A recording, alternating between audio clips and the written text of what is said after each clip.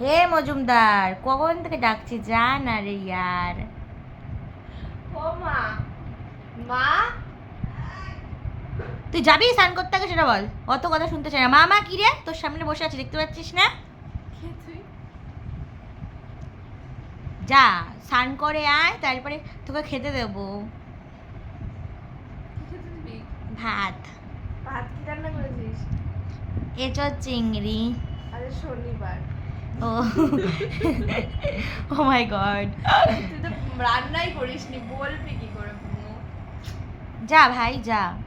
যা। তোকে কখন থেকে বলছি ভাই, স্নান করার জন্য এত তেলাতে কেন হবে তোকে, বল তো?